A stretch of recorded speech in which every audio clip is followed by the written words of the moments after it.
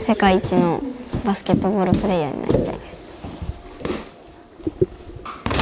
これが来てから、家の中でもよりバスケ好きになったっていうのはあります。本当にそんなちょっとした時間でもやるみたいな。ボールがあったら安心するから、ボールは常に触ってる。感謝もあるけど支えてくれてるから、プレーとかで返せるようにしてやってもらいます。